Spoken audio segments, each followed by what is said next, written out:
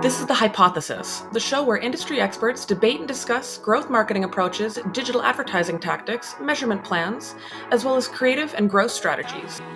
Hi, my name is Ranisha Pires and I am a performance manager at Thrive. Hi, my name's Amanda. I am a director of strategy at Thrive. I'm your moderator, lay marketer, and asker of clarifying questions, Santana Blanchette. Hi, friends. Thank you so much for joining me on today's episode. Today's hypothesis is that you're structuring your search campaigns wrong. So I wanted to get into this controversial topic and ask you my first question, which is kind of a bold one. There's been a lot of talk online, and I want to know, is search dying, and what factors contribute to people thinking that search is dead? Actually, I'm quite interested to know where you get your stats from in terms of search is dying, because I did look it up, and just looking on Google Trends, it hasn't really been a hot topic. But what I can say in the last 2 weeks, especially in the beginning of September, that's actually when we've had the highest index that search dying for 2 weeks, as opposed to in the past 12 months. There's just been kind of spikes here and there. So it is an interesting question. We think about the word dying. In my mind, it's not so much that search is dying, because we are searching. It's just search is evolving. If you look at the history of how we get our answers, it's been a lot of the traditional search engines, Google, Yahoo, Bing. Then we had the advent of our voice assistants with Alexa and Siri. And now we've got Gen AI. And everything comes from a search-based, Q&A question format. We also have YouTube, we have Reddit and Quora, whereby they're more specific searches that people want. And really just the way that we're consuming information has changed over the years. But when it comes to kind of what we want to know, as opposed to the content that's being pushed out, I'd say there are a number of things that we have to keep in mind in terms of how we're going to consume information differently. One is kind of having more punchy summaries to things, as people use Gen AI more and more just to get summarization of information to their question, as opposed to filtering through all of the different search results that Google and Yahoo has that we've been used to. Another one is also just the advent of voice assistants. They've been around for ages, but they haven't really advanced in terms of the questions you ask and the answers you get back. I think it's only going to improve as we have Gen AI. And I think that's where we also have to pay attention to whether or not people are moving away from typing and moving more towards, ease of use, and moving more towards a voice search as opposed to written search. So it's not dying by any means, unless, Renisha, let me know if you find another way of finding answers. But search is still highly relevant. It's just evolving. And the way that we're asking questions, the methods, the kind of answers that we want, especially in a world whereby we can get easily distracted. And I think our attention span, studies have showed, has gotten shorter. There's going to be, I think, more of a push for us to keep up with bite-sized type content that people are used to these days in terms of what they're looking for and what they expect back. YouTube search is a really big thing. TikTok, these big social media engines are coming up with, are more bite-sized in nature now. So, Renisha, I guess I'll reframe it for you then. Search advertising, not talking specifically or broadly about how users are searching, but more from your perspective.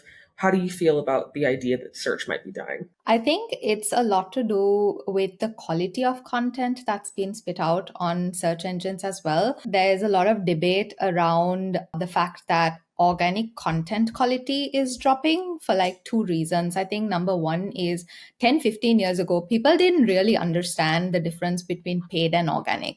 But now, as people are more aware about digital and how it works, they do understand that now it's a monetization gimmick. So I feel like that creates an environment of mistrust. People don't entirely believe in search results that are returned on these traditional search engines. Instead, they rely on platforms like Reddit or Quora for authentic reviews.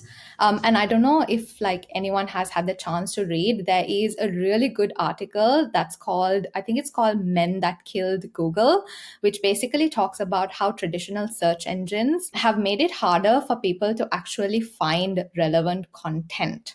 So, for example, if you're starting at point A, you want to know about point A, but there's so many links and links and links that you actually end up in point Y.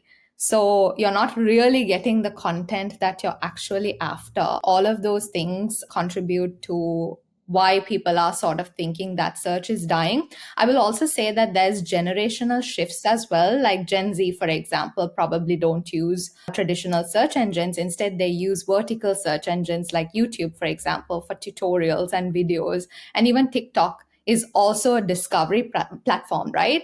So yeah, like Gen Z would probably rely on social media for like tutorials and brand discovery and things like that. So I think there are some of the factors that contribute to people thinking that search is dying. Any thoughts on any of that, Amanda, before I move on to my next question? I don't know if we are saying search is dying, but I do like the points around the content itself. I did want to point out that we're not even sure if the quality of the content is going to get better in terms of organic results that are going to show up, because there was another article which I kind of debate the statistics on because I couldn't find the source, but they were saying that 30% of all content, new content generated, is actually generated from AI. And so when you think about that, you can think about how the content that is going to be out there is going to be more and more influenced by AI generated content. And so what does that mean for paid search, really? Is paid search the way that we're going to have to go in order to push out more reliable kind of sorts of content, of which is very counterintuitive, because I think everyone agrees that you see an ad, you think of it, if it's not relevant for you in that time of day and in the headspace that you're in, you think of it as a nuisance. I actually almost think that like there's going to be a lot of discovery along the way in terms of how people perceive content, new content that is spit out organically, but also new content that will come from more Gen AI type searches. Yeah. TLDR is search is not dying, but it's evolving, and the way people are searching have changed. Like they're not necessarily relying on traditional search engines, but like it's expanded or branched out into other mediums like social media. So I guess my next question then is, in what context should performance marketers be utilizing search advertising? Tell me about how they should be structuring that. I think number one, if you're dealing with a brick and mortar store, so essentially a client that has physical store locations, like local search optimization is still critical, making sure your business is actually appearing on local search results. So that's still an area where search is still pretty relevant. I know people are kind of moving away from traditional search engines, but using search data for insights, like you have Google Trends, for example, like we all use it. So using search insights to gain insights into consumer behavior, their preferences, to actually inform your baseline marketing strategy. You can also use search if you are trying to get into a shopper's shopping basket early, because like lots of studies have shown that people actually start their research early. And then if you are targeting them with ads during that research phase, when they're actually in the need to like buy something or discover something, your brand is already top of mind. And in marketing, we say get into their shopping basket early. And I also think that if you're a new business, if you're starting off with SEO, it can literally take about 6 to 8 months to actually gain traction. So using search or paid search for quick wins is still very, very relevant in today's world. If you want to get more eyeballs, like there's only so much you can do with SEO. The fact that there's now not just SEO, but Gen AI and what these traditional and new search engines are going to spit out. Like it's not just traditional ones. TikTok are probably going to come up with their own summarization of things. Facebook probably too. I mean, Facebook has one of the biggest databases, and there are, I think, Lambda AI is one of the best out there from what I've heard. And so to Renisha's point, there's always going to be a place for search, and really is tied back to the business. We know that with brick and mortar, those store listings are absolutely going to work. It just comes back to user behavior at the end of the day, and also understanding what is it that we are able to, as marketers, track. And I hate to say it because I would not want to kind of be tracked in every instance of my day. However, what keywords itself, what you're actually searching on the search engines, that's something that is anonymous for the most part. And it's something that is a great targeting tool. As Renisa mentioned, using the search planner to find out what searches are trending. Well, those searches can be used to target your audience that is ready to buy or is researching on other search engines like YouTube, as well as other social media and advertising platforms, display, demand gen, Performance Max, etc., you can use keyword signals to target people, which in comparison to using, say, some of Google's built-in audiences, which might actually deteriorate over time due to cookieless future,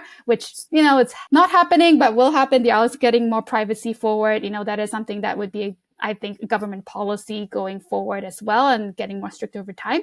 I think keyword actually would be one of the safer bets for us to make in terms of finding targeting there. In order to add on to I think your question around how to structure search, I think it's a really big question. And I think everybody knows that there's different levels of intent that manually that we can still point to, even with all of the broad match, all of the AI tools that Google has in play to tell you and to push you to just put all your keywords on broad and then let Google do the trick. There is still value in structuring at least your budget and your bids based on clients' targets and based on the user intent, of which is the most incremental to the least incremental. Your branded search, structuring its own campaign, it's always going to be the least incremental. But if you are having a hard time with competition, you still want eyeballs on that, right? Otherwise, you might not actually need to run branded search at all. Then you've got your non-brand, your competitor. Those are just kind of simple facts that I think isn't going to change, because at the end of the day, we need to understand which are the terms that are going to bring in the new user acquisition, the most incremental value, and there is still value in actually splitting it out into these key intent buckets. Other ways is splitting it out into things that you have information that Google doesn't have or Meta doesn't have, but we do in terms of new product launches. When to push more products that are, according to studies that your company has shown, going to be the next big thing, or pushing products that are almost out of stock.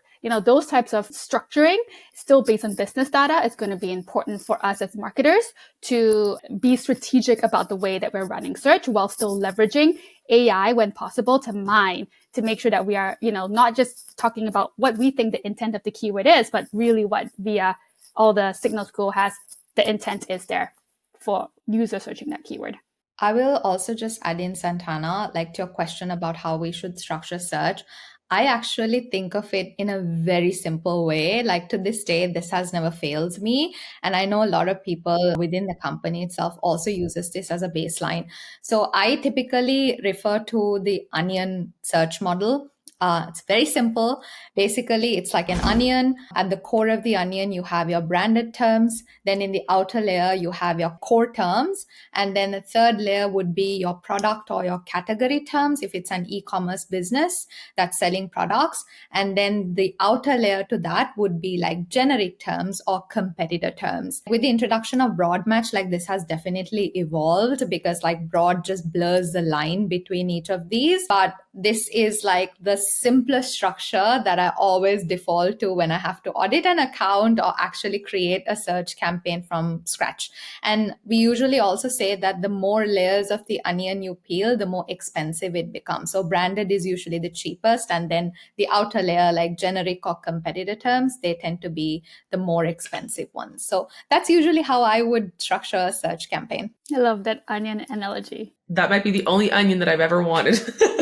Then you don't like onions? Not normally, but I like that onion. It's a search onion. I like a search onion, yeah.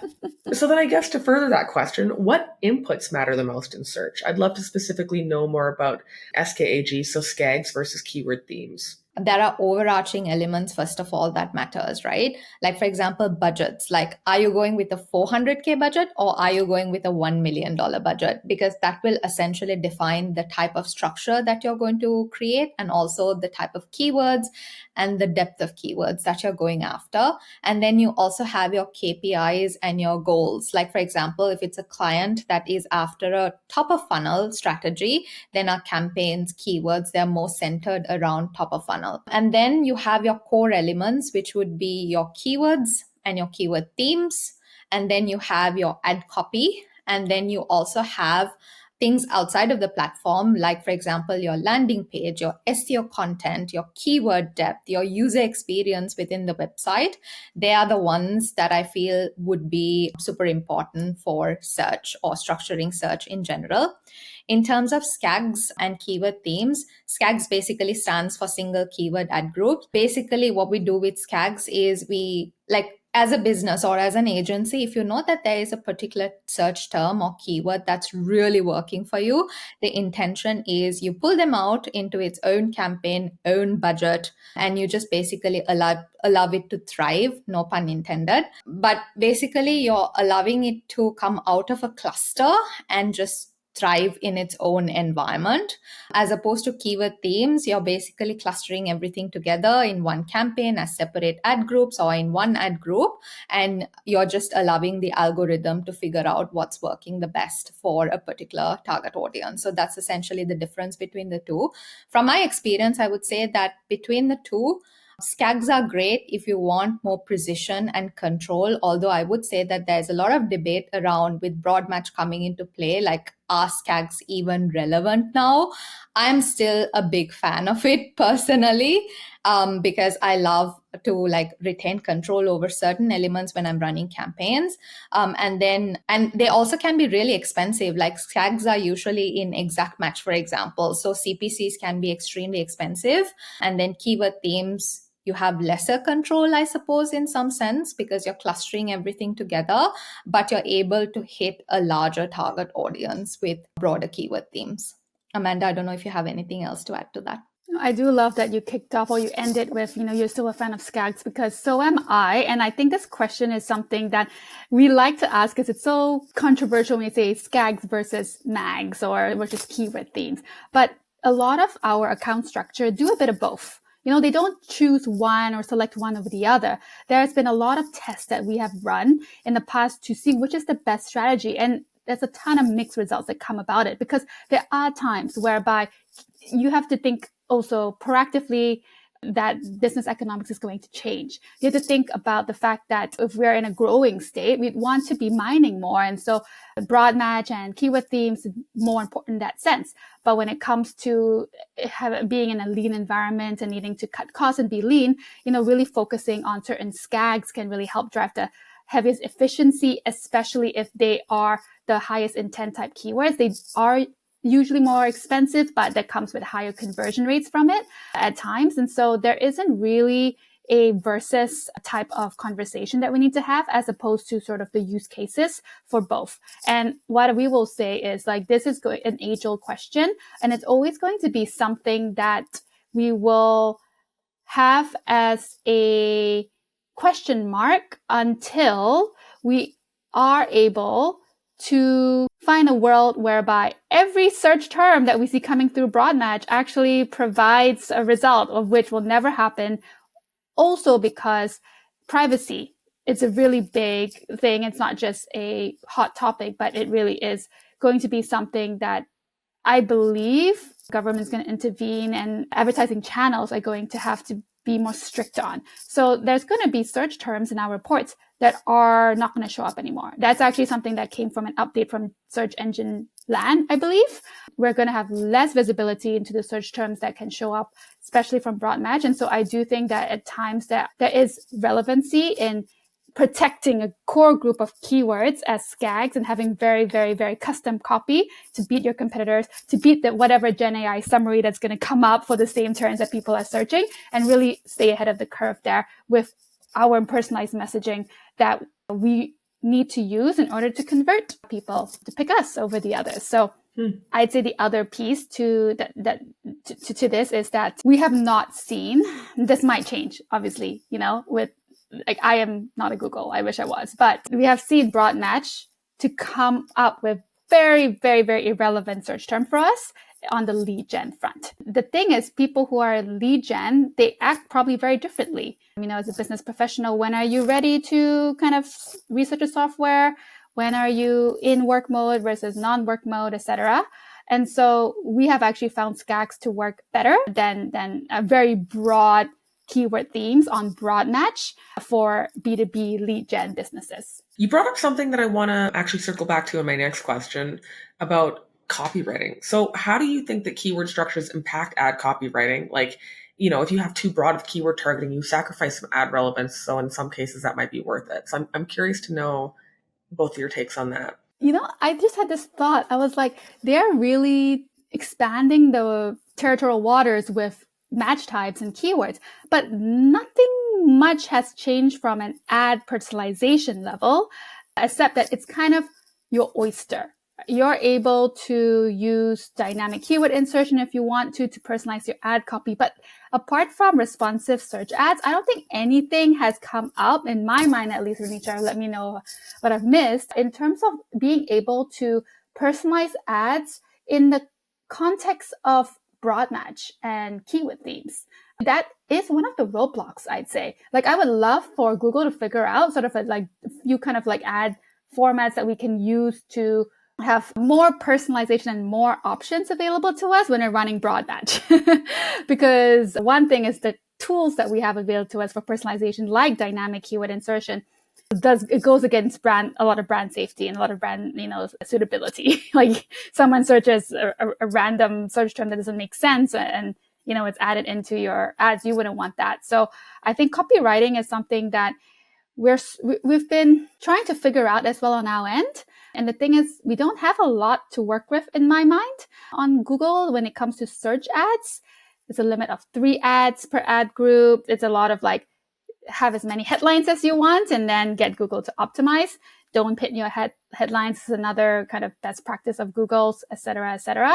So I actually think there is an opportunity for us to do a lot more structured ad testing. Not that I can say it has always worked, but I do think there's more effort that we need to put into ad copy, that we're likely not doing ourselves any favors if we were to use Gen AI to spit out, different headlines, 15 headlines that are similar.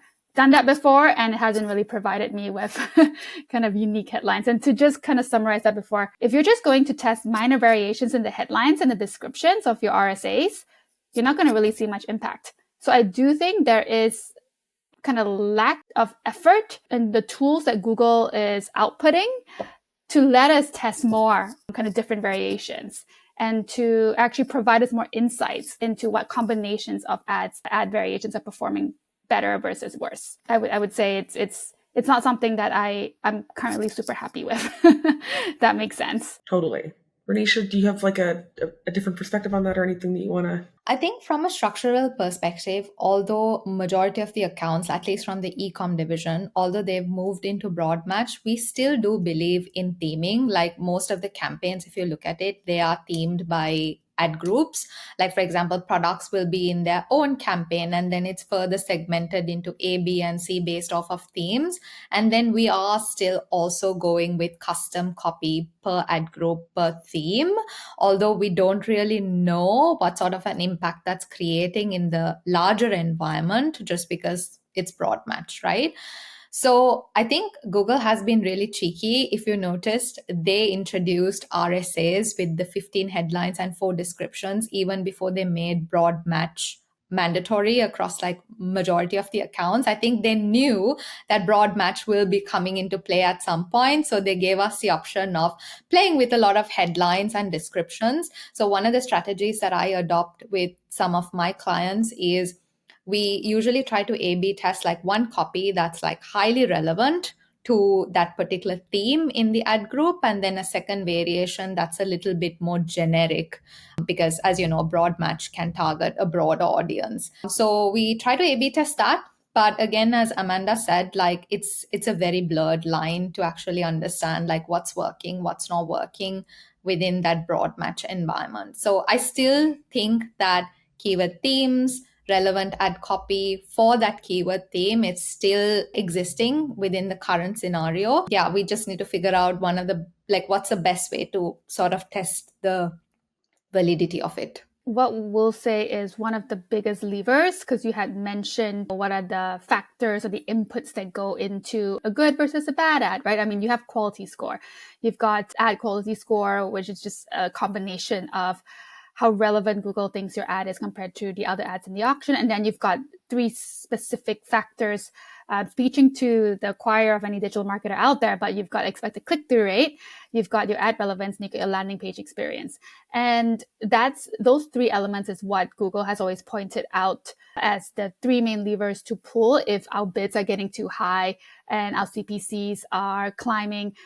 we cannot directly control that, but we can control those three factors that I had mentioned. Now, it's hard to do that when broad match is the default that we use. And so another strategy, to Renisha's point around theming the ads for each ad group that has broad match, another strategy that we have used is to just cross negative and to make sure that whereby we have these keyword themes, we make sure that we negative out what is going into another ad group across all the other ad groups that we have.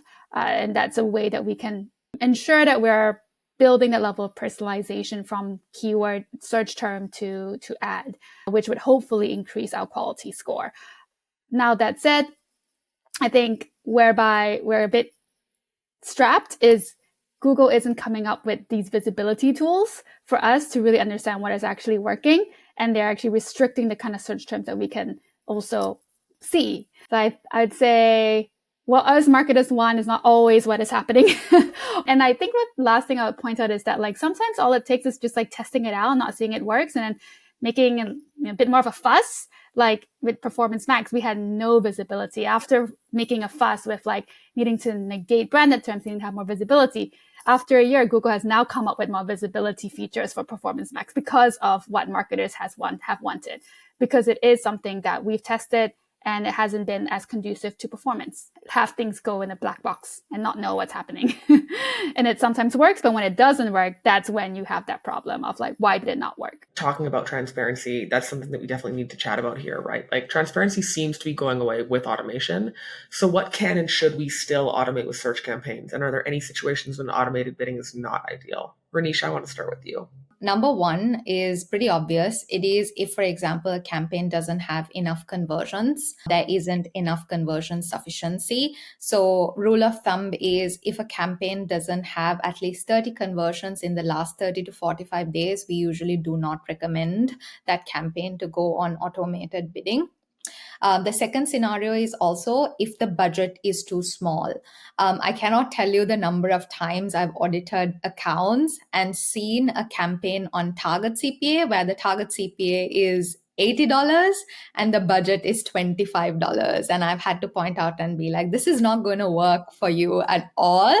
Rule of thumb with TCPA is your budget should be 3 times your target CPA. So $25 budget and $80 target CPA, definitely not going to get you anything for that specific campaign.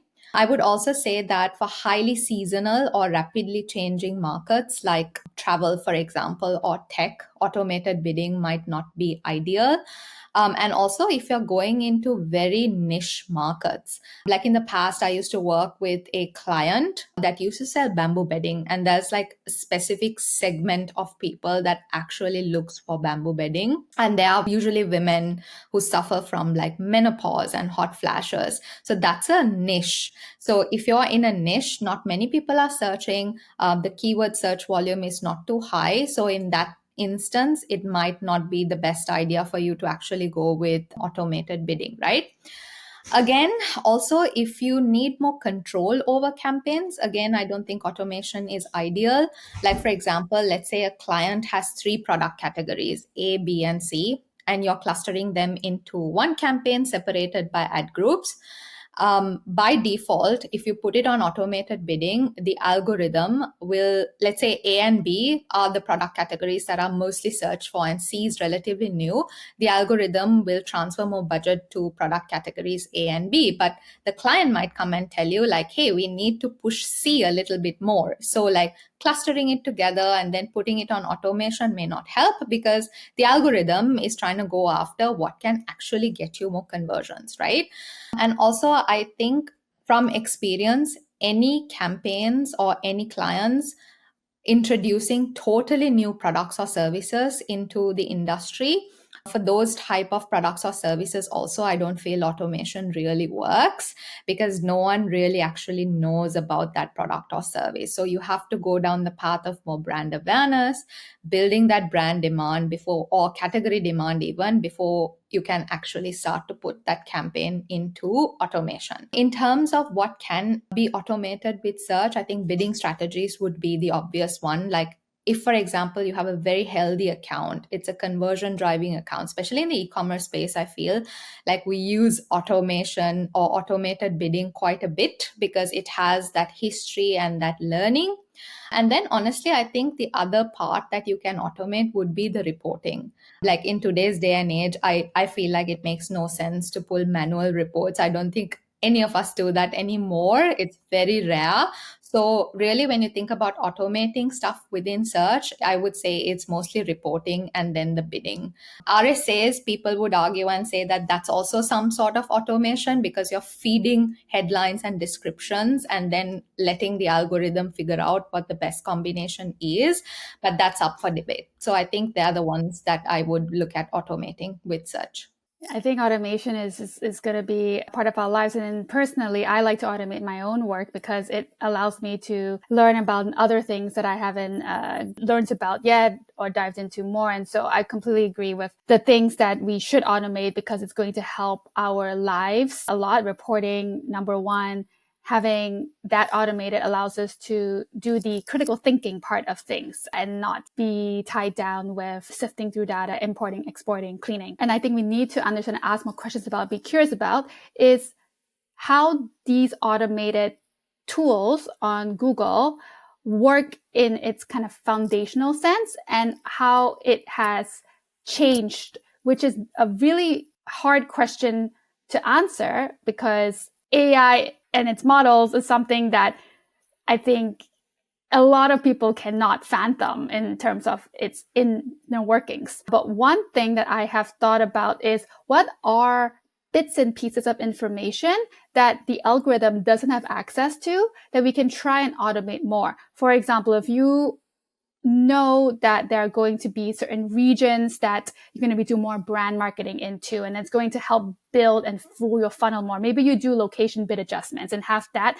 as something that you can have an automated sheet of like, okay, these are all of the top locations that we'd be running CTV or traditional TV in, and have like kind of a pipeline of which you can use that data to fuel your automated bid strategies outside of what signals Google already has access to, which is a bit more historical in nature, and it's a bit more based on recency as well. So the more that we can maybe include more predictive signals based on our own data, whether it's location, whether it's weather patterns, whether it's, going after maybe even a certain demographic, we can try and do that via automation if it's something that Google was allowing via value-based bidding, and it does allow us to set value-based bidding adjustments across locations and audiences, as well as devices. Where it doesn't, this is where actually manual bidding might come in handy as well, and kind of, of refining your audience and going after just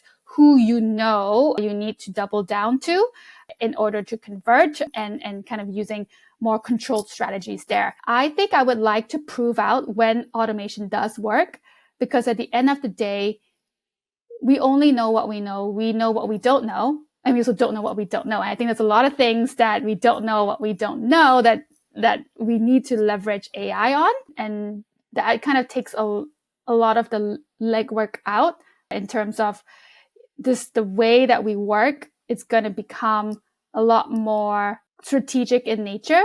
I think at the end of the day, it's finding what's the healthy balance between automation and control, right? That's what I think we're all trying to figure out. Like, yes, the industry is moving towards automation, but at the same time, like, how do we also retain some sort of control? So I think it's all about the healthy balance at the end of the day. And we're still trying to figure out, I don't think anyone has figured that out. It's a work in progress for sure. We're on the bleeding edge, right? Of the industry, and then also us as an agency, right? We're always testing new things at large scales, and there's just so many unknowns. We're kind of just at the tip right now. So interested to see how this all pans out over the next number of years.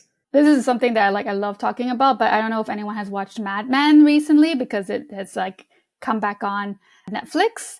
But even the way creative was done, for many generations was hand-drawn.